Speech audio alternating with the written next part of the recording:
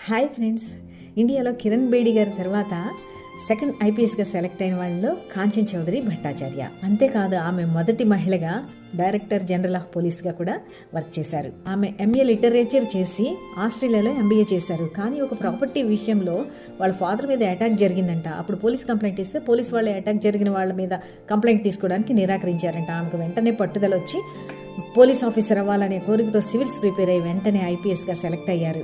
ఆమె కెరీర్లో Syed Modi case, Bombay Dyeing case లాంటి ఎన్నో పెద్ద పెద్ద కేసుల్ని హ్యాండిల్ చేశారు. ఆమె 13 మంది డెకాయిడ్స్ ని ట్రాక్ చేయగలిగారు. 1989లో మెరిటోరియస్ సర్వీసెస్ కి అవార్డు పొందారు. 1997లో ప్రెసిడెంట్ మెడల్ పొందారు.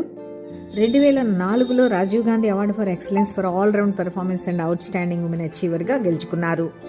మెక్సికోలో జరిగిన ఇంటర్పోల్ మీటింగ్లో ప్రెసిడెంట్ అబ్దుల్ కలాం గారు చీఫ్ గెస్ట్గా వెళితే కాంచన గారు హోస్ట్గా ఉన్నారు. స్త్రీలు ఆత్మవిశ్వాసం, పట్టుదల పెంచుకోండి, దేనైనా సాధిస్తారు అంటున్నారు.